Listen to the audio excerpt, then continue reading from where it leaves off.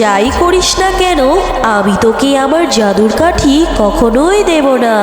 মা দেখো, ওই ত্রান্তিকটা ওই পরীটাকে আটকে রেখেছে। আমাদের যে কোনো উপায়ে ওই পরীটাকে বাঁচাতে হবে মা। হ্যাঁ রে মা, তুই ঠিকই বলেছিস, আমাদের পরীটাকে বাঁচাতে হবে। তুই এখানে দাঁড়া, আমি কিছু একটা করছি।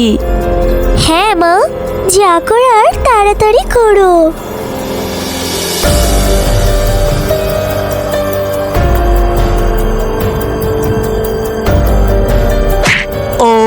আমার সারা শরীর পুড়ে গেল। মিঠাপুর নামে এক ছোট্ট গ্রামে বাস করত মিনা ও তার মা। মা মিনা, আমি একটু বাজারে যাচ্ছি রে মা, তুই বাড়িতেই থাকিস। হ্যাঁ, বাইরে কোথাও যাস না, কেমন? কিন্তু মা, তুমি কোথায় যাচ্ছ? আমাকেও সাথে করে নিয়ে যাও না মা। আমার ঘরের মধ্যে একা একা থাকতে একদম ভালো লাগে না মা। আমিও তোমার সাথে যেতে চাই, আমাকেও সাথে করে নিয়ে চলো না মা। বাহিরে যে রোদ পড়েছে, এই রোদের মধ্যে তো কি করতে যাবি বল? তোকে আমার সঙ্গে যেতে হবে না, তুই বাড়িতেই থাক। আর আমার কাছে তেমন কোনো টাকাও নেই যে আমি তোকে আমার সাথে করে নিয়ে গেলে কোনো খেলনা কিনে দিতে পারবো। মা সত্যি বলছি, আমি কোনো খেলনা কিনে দিতে তোমাকে বলবো না। তুমি শুধু আমাকে তোমার সঙ্গে করে নিয়ে যাও না মা। আর আমি তোমার সঙ্গে গেলে আমার একটু ঘোরাও হয়ে যাবে মা। তুমি তো আমাকে কোথাও ঘুরতেও নিয়ে যাও না মা। বাড়িতে একা একা আমার একদম ভালো লাগে না। এরপর মিনা তার মায়ের সঙ্গে বাজারে যায়। মিনার মা যখন বাজার করছিল তখন মিনা পাশের দোকানের তরমুজগুলো দেখছিল। তরমুজগুলো দেখে মিনা তার মাকে বলে, মা দেখো, ওই পাশের দোকানে কি সুন্দর তরমুজ দেখা যাচ্ছে। ওই তরমুজগুলো খেতেও অনেক মজা হবে, তাই না মা? তুমি কি আমাকে একটা তরমুজ কিনে দিবে মা?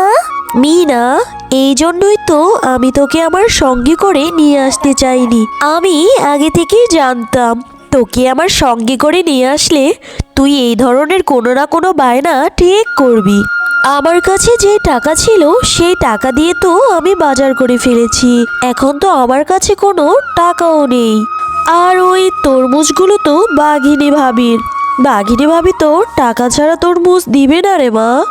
তারপরেও বলে দেখি, বাঘিনী ভাবি যদি একটা তরমুজ আমাকে বাকিতে দেয় তাহলে একটা তরমুজ নিব। এরপর শেফা, শিয়ালিনী ও মিনা বাঘিনীর দোকানে বাকিতে তরমুজ কেনার জন্য যায়। বাঘিনী ভাবি, আমাকে একটা বাকিতে তরমুজ দাও না গো, আমার মেয়েটা তরমুজ খাওয়ার জন্য বায়না করতেছে।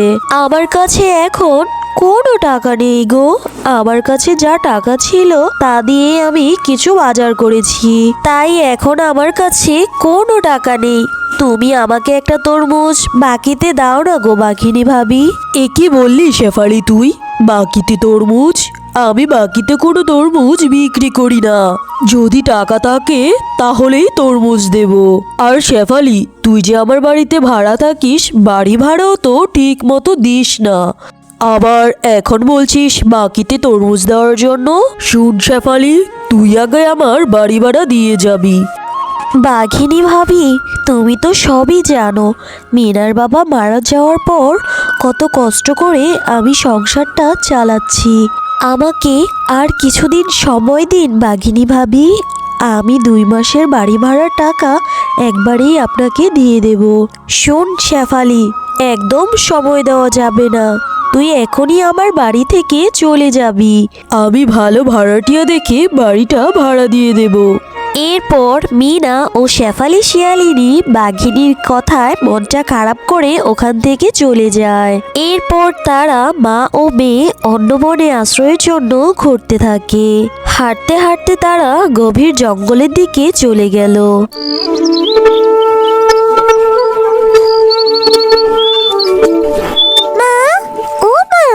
আমি যে আর হাঁটতে পারছি না মা, আমার যে খুব কষ্ট হচ্ছে মা। আমার জন্য বাঘিনী কাকিমা তোমাকে কতই না কথা শোনালো মা। আমি তরমুজ খেতে চেয়েছি বলে আজ তোমাকে বাঘিনী কাকিমা বাড়ি থেকে বের করে দিয়েছি। আমি আর কোনোদিন তরমুজ খেতে চাইবো না মা। তুই কান্না করিস না রে মা, আমিও যে আর হাঁটতে পারছি না। আর বাঘিনী ভাবি বাড়ি থেকে বের করে দিয়েছে কারণ আমি যে বাড়ি ভাড়া ঠিক মতো দিতে পারি না। তোর বাবা মারা যাওয়ার পর কত কষ্ট করে সংসারটাই না চালাচ্ছি, দুবেলা দুমুঠো খাবারের জন্য বাড়ি ভাড়া কোথা থেকে দেবো রে মা? কিন্তু আশেপাশে তো কোনো বাড়িঘরও দেখতে পাচ্ছি না রে মা, আমার যে ভীষণ কষ্ট হচ্ছে রে মা।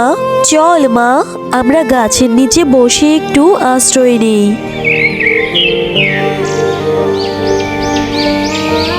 মা, আমার যে খুব কষ্ট হচ্ছে মা, ভীষণ ক্ষুধা পেয়েছে। কাঁদিস না মা, আর কাঁদিস না, আশেপাশে তো কোনো বাড়িঘরও দেখতে পাচ্ছি না, আর একটু সহ্য কর মা, দেখবি আল্লাহ একটা ব্যবস্থা ঠিক করে দিবে। আল্লাহর উপর ভরসা রাখো মা। দুষ্ট তান্ত্রিক, তুই যাই করিস না কেন আমি তোকে আমার জাদুর কাঠি কখনোই দেব না। ঠিক আছে, তুই যদি তোর জাদুর কাঠি আমাকে না দিস তাহলে আমিও তোকে আর বাঁচিয়ে রাখবো না। এবার বল কি করবি তুই? তুই যা করার করে নে, আমি তোকে আমার জাদুর কাঠি কিছুতেই দেব না। মা দেখো, ওই ত্রান্তিকটা ওই পরীটাকে আটকে রেখেছে। আমাদের যে কোনো উপায়ে ওই পরীটাকে বাঁচাতে হবে মা। হ্যাঁ রে মা, তুই ঠিকই বলেছিস, আমাদের পরীটাকে বাঁচাতে হবে। তুই এখানে দাঁড়া, আমি কিছু একটা করছি। হ্যাঁ মা, যা করার তাড়াতাড়ি করো।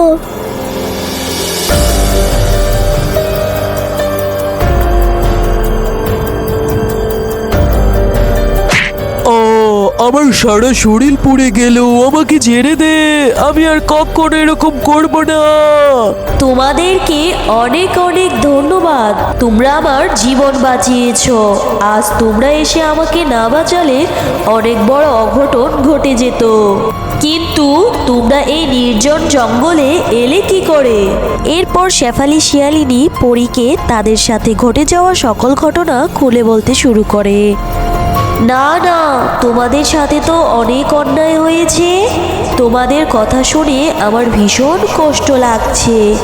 তোমরা যেহেতু আমার উপকার করেছো তাই আমিও তোমাদের সাহায্য করতে চাই। এই নাও জাদুর তরমুজ বাড়ি, এই বাড়িতে তোমাদের যাবতীয় সকল প্রয়োজনীয় কিছু পেয়ে যাবে। এখানে তোমাদের আর কোনো কিছুর অভাব হবে না।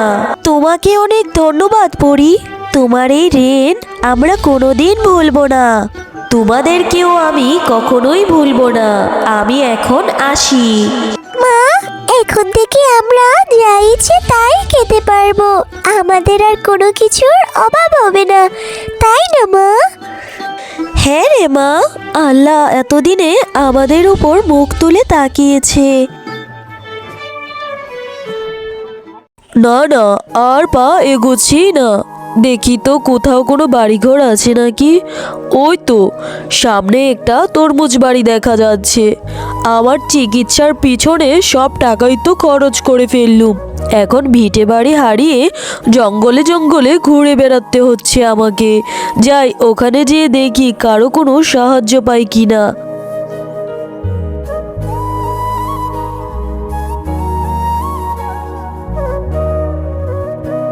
কেউ আছো গো বাড়িতে? আমাকে কিছু একটা খেতে দাও, আমি অনেক ক্ষুধার্ত।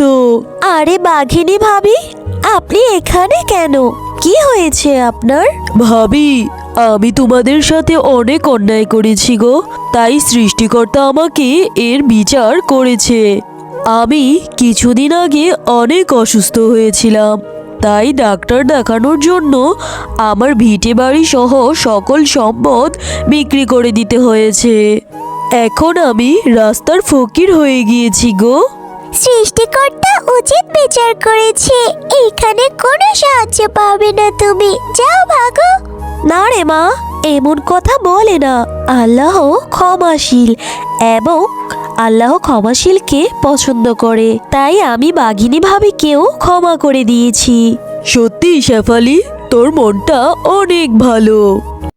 হ্যালো বন্ধুরা, গল্পটি ভালো লেগে থাকলে চ্যানেলটি সাবস্ক্রাইব করে দিবেন এবং পাশে থাকা বেল আইকনে প্রেস করে আমার পাশেই থাকবেন। ধন্যবাদ।